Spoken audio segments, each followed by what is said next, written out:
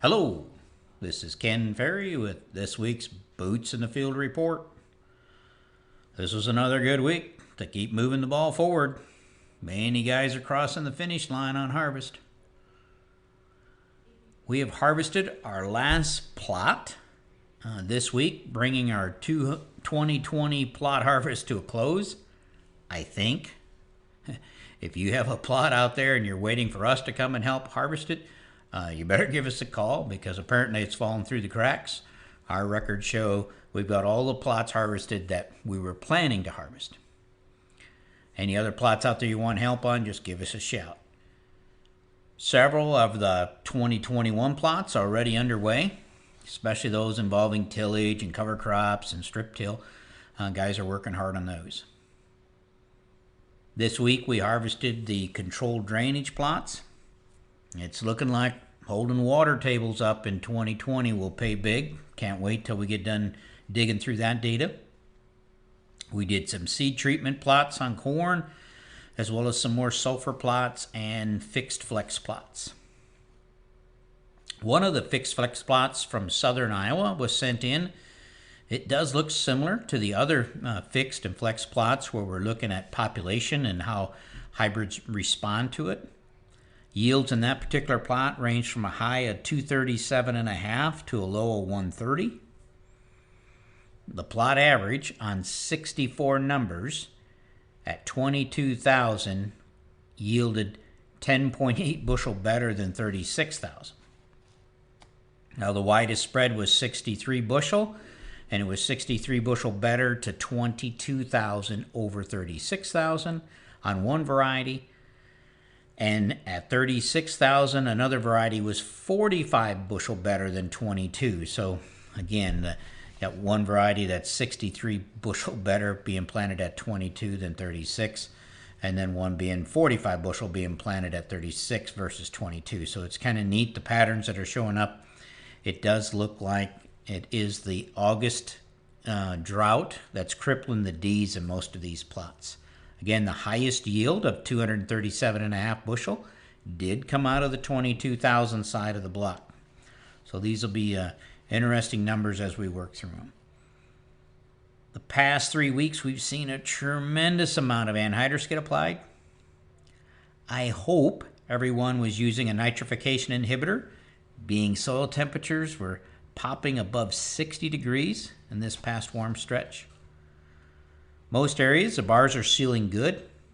We're building some of the best strips we've seen in a number of years in this dry soil. In the real dry areas, we're getting complaints that the gas is not sealing. Some of these fields are still gassing off 500 feet behind the machine. Our guideline is once the bar passes, you should be able to drop down to your knees, smell that trench, and not smell ammonia. If you're gagging for air, when you do this, the bar's not sealing. You should not be able to smell anhydrous when you're walking across the field after the application. One grower called in and said he could still smell ammonia a day later and was wondering how much is being lost. The answer is we don't know, but it's substantial. A couple of calls from growers wondering why the N-Serve isn't working. Shouldn't it stop this loss? N-Serve is a nitrification inhibitor. It doesn't stop volatility. The loss here is volatility.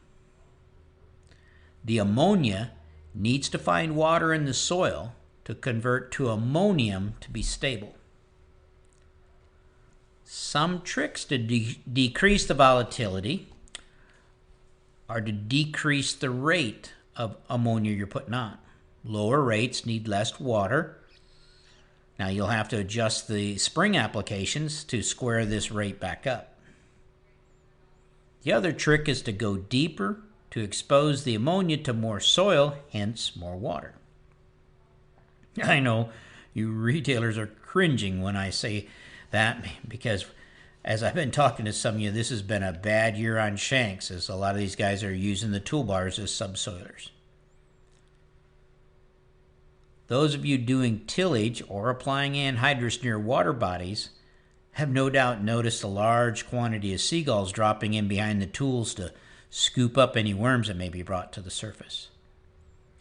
If you're applying anhydrous and notice the seagulls are leaving and not coming back, or not landing in certain soil types in the field, that's your tip that the soil is leaking ammonia. They don't like the smell of ammonia either.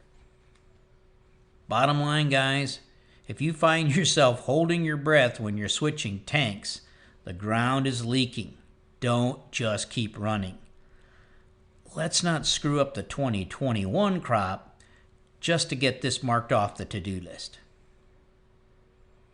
At the same time, the strips being made in this dry fall are pretty nice. Pull the pin on the anhydrous and keep the strip bar running. We have a lot of other options to get this nitrogen on right. A lot of fall tillage is getting completed. It's working as nice as it has for years.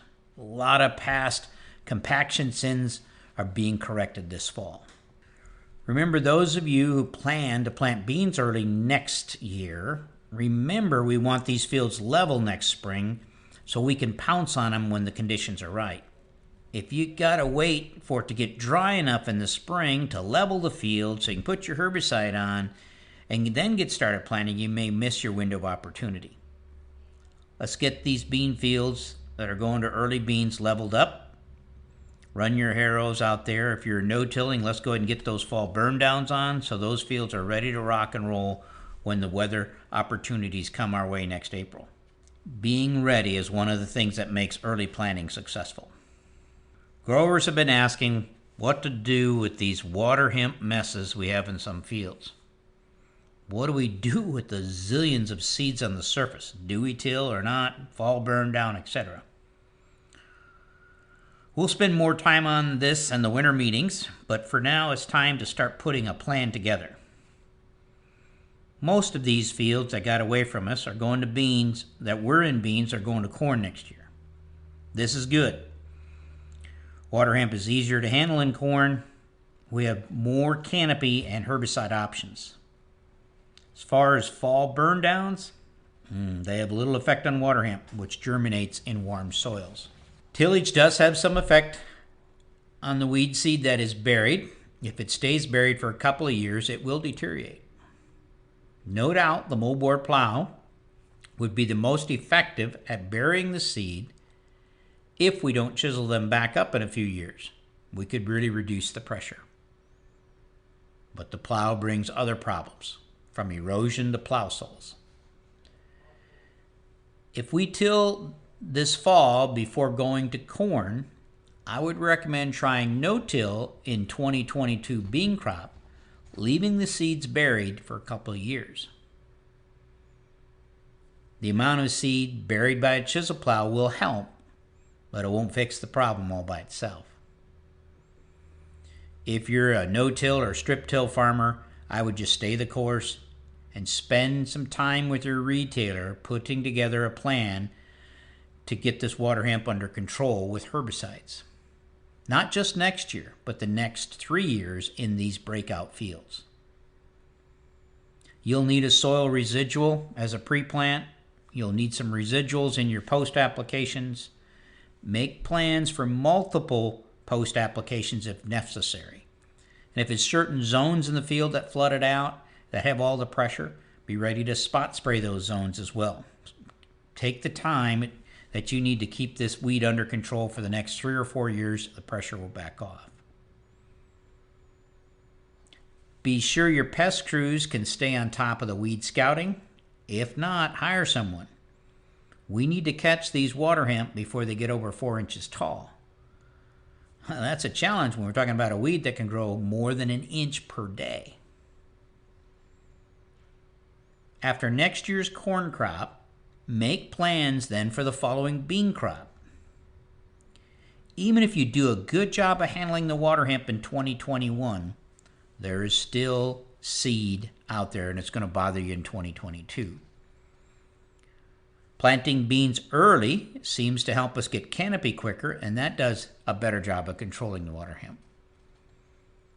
Our biggest problems are mainly in 30-inch beans. Tremendous breakout in that August time frame. In these breakout fields, plant early and cut the population in half, double back if you don't have a narrow row planter, and get these beans narrowed up to 15-inch rows. Get that canopy as thick and tight as you can get it. In these breakout fields, it may be time to leave the non-GMO market until we can get this mess cleaned up. Select bean traits that give you as many options as you can to beat back this population. The more different groups of herbicides you use, the easier it is going to be to clean these fields up. While 2020 was very frustrating year in many ways, there's also been some pretty bright spots as well. While we maybe didn't hit it out of the park when it comes to yield, most growers had respectable yields for all we went through in April and August. The price rally this fall has been a godsend. The fall weather has been one for the record books. Most operations were able to move along at a steady pace all fall, picking the days you want to work and what you want to do. Everything from harvesting to baling stock to tilling and cover crops and strip tail, it's all getting done this fall. If your operation is still struggling with getting things done in the fall of 2020 here in Illinois, maybe time to sit down with the crew and do a deep evaluation of your operation. Where is the delay? Is it in acres harvested per day, grain handling per day, field work being done per day? Is the delay in machine or facility capacity, labor availability? What is the weakest link? Maybe it's time to increase capacity on the equipment or to delegate some of these jobs off the farm.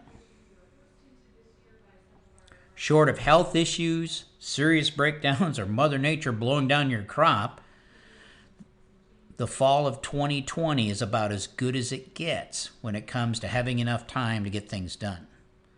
So do an honest evaluation, find the weak link, and devise a plan to fix it. As you wrap up the harvest, get your yield data turned into the office so the crew can start preparing the maps for our yield map meetings this winter. If you got plots of your own that you would like us to run queries on, please be sure to add the details of which fields and loads in that field contain the plots. We'd be glad to help you do an evaluation on that and put it together for you when we go through the yield map meetings. Soil testing crews are cleaning up the scraps on soil testing. If you still have testing needs, call them in before this weather changes. We farm in the greatest country in the world because of our veterans. We here at CropTech want to thank all of our current and past veterans and their families for giving us this great gift. To stay up to date, check out our website at croptechinc.com and subscribe to our podcast, Boots in the Field Report. Keep her safe, keep her moving.